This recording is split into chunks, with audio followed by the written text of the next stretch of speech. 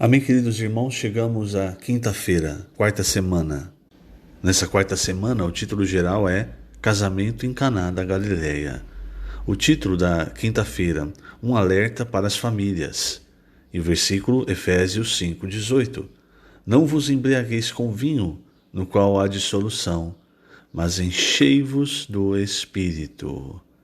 Senhor Jesus, obrigado, Senhor, por mais um dia. E que nesse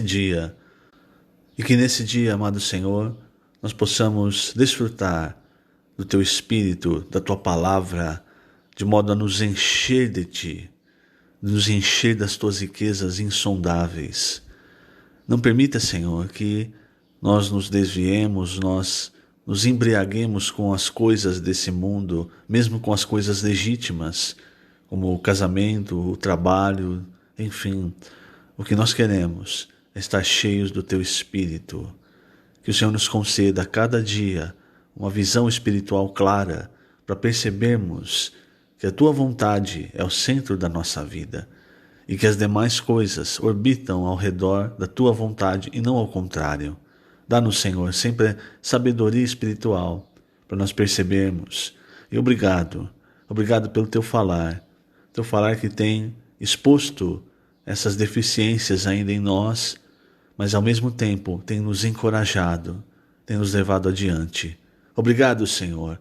Jesus é o nosso Senhor. Muito bem, queridos irmãos, aqui nessa quinta-feira nós temos, como o próprio título nos diz, um alerta para as famílias.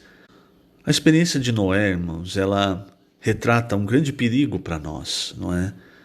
Noé, ele foi chamado por Deus e ele passou cerca de 100 anos construindo a arca. E ali, irmãos, apesar de não haver relato, você pode ver que ele se engajou, ele trabalhou.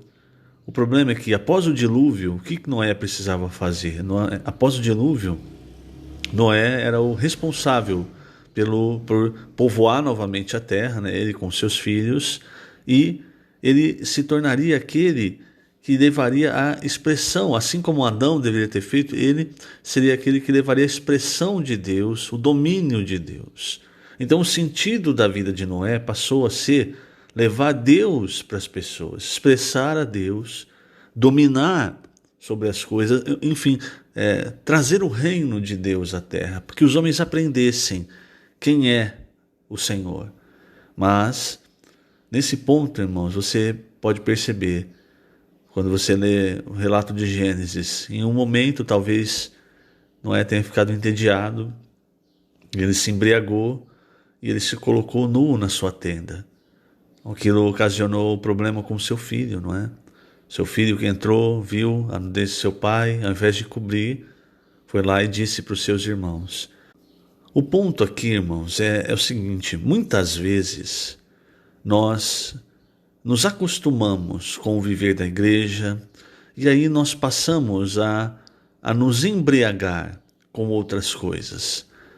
Há o embriagar-se das coisas do mundo, do pecado, daquilo que é errado mesmo, né? Mas também há o embriagar-se das coisas, como o alimento diário nos mostra, legítimas. Aquele embriagar-se em que você está dentro da sua tenda, ou seja, você está com a sua família, você não está fazendo algo errado, né? Você não está cometendo um pecado, mas o foco está errado.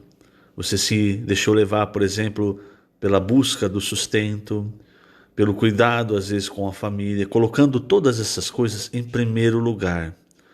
Isso faz com que a sua visão espiritual embace e você perde o foco. E perdendo o foco, irmão, não ache que é até algo, não é?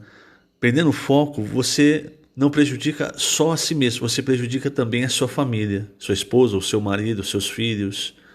Às vezes a gente pensa assim, não, eu vou dar total cuidado para minha família, mas uma vez que nós perdemos o nosso foco, irmãos, que é servir ao Senhor, é o foco central da nossa vida. Quando nós perdemos isso e investimos no cuidado, na busca pela subsistência, no cuidado, às vezes a gente fala, não, eu preciso cuidar melhor da minha família, então eu vou me afastar mais das reuniões, dos encargos que eu tinha. É aí que acontece muitas vezes o que aconteceu com Noé. Perdeu o foco e a própria família foi prejudicada. A família que muito provavelmente o ajudou na edificação da arca. Agora, no que a gente entende agora, a parte fácil, Noé, irmãos, tropeçou. E isso para nós, irmãos, também é real, porque com o passar do tempo, talvez nós nos embriaguemos com outras coisas, e talvez com coisas legítimas, como casamento, cuidado da família, busca de melhores condições, e isso embace a nossa visão e até a nossa família seja prejudicada. Infelizmente, eu já vi muitos irmãos que, quando não tinham nada, irmãos, eles eram fiéis ao Senhor, mas aí o Senhor abençoou, porque o Senhor nos abençoa, irmãos. Paulo disse isso a Timóteo. O Senhor abençoou e de repente a pessoa ficou tomada por aquela coisa de eu preciso trabalhar, eu preciso ganhar dinheiro, quanto mais eu trabalhar, mais dinheiro eu ganho. E de repente, irmãos, se perdeu completamente a visão, o foco. E a família, você vê depois, isso não é algo que acontece do dia para a noite, vai acontecendo, não é? Depois você vê a família se perde, os filhos acabam pagando muitas vezes o preço. E aqui no Alimento Diário, irmãos, nós temos esse alerta para as famílias. Eu vou ler aqui um trecho do Alimento Diário, na página 63, que diz o seguinte, o último parágrafo. Aquelas pessoas contemporâneas de Noé estavam vivendo seu dia a dia, envolvidas com questões legítimas, mas isso lhes custou a vida. Que sirva de alerta para cada um de nós. Quando Noé entrou na arca, não o perceberam, senão quando veio o dilúvio e os levou a todos. Assim será também a vinda do Filho do Homem. O Senhor está voltando e a maioria das pessoas deste mundo está entorpecida, comendo, bebendo, comprando, vendendo, plantando e edificando, como acontecia nos dias de Ló. Nada disso é errado, mas o problema é que essas pessoas desperdiçavam seu tempo e não faziam a vontade do Senhor. E todas essas coisas legítimas tornaram-se um vinho a embriagá-las, a entorpecendo-as quanto à vontade de Deus.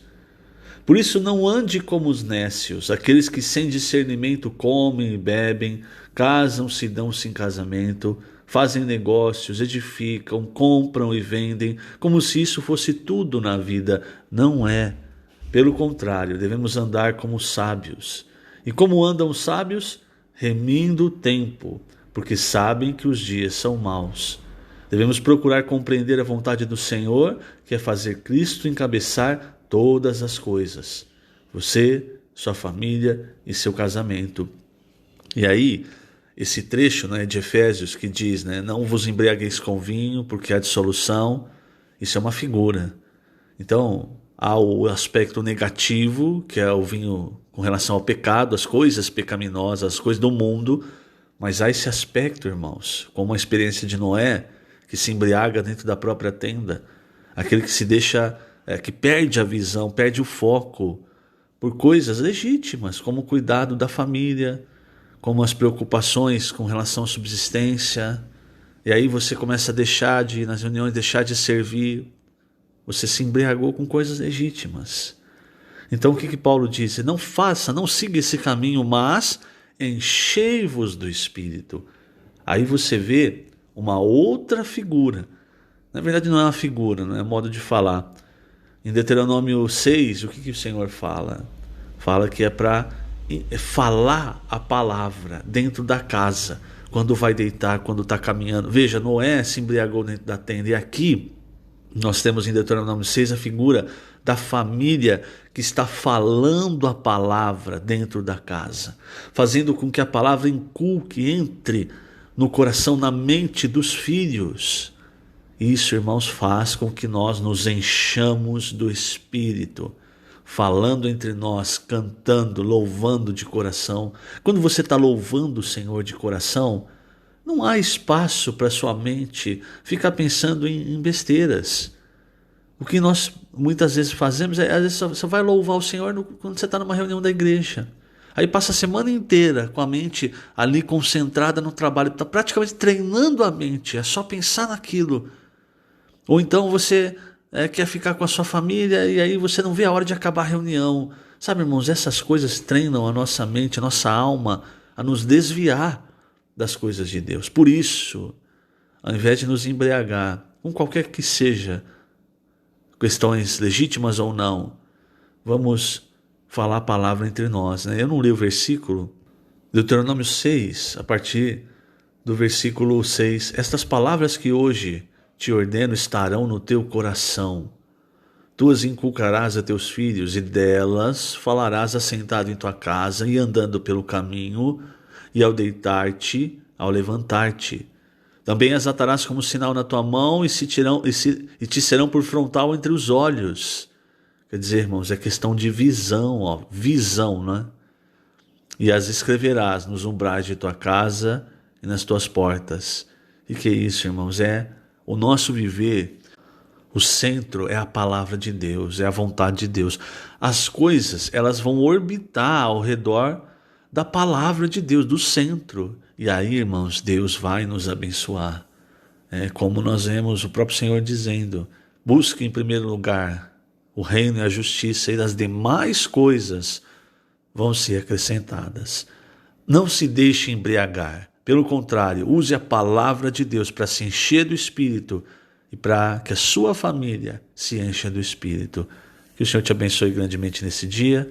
Lembrando, estamos colocando essas gravações no canal do YouTube da Igreja em Ribeirão Preto. Jesus é o Senhor.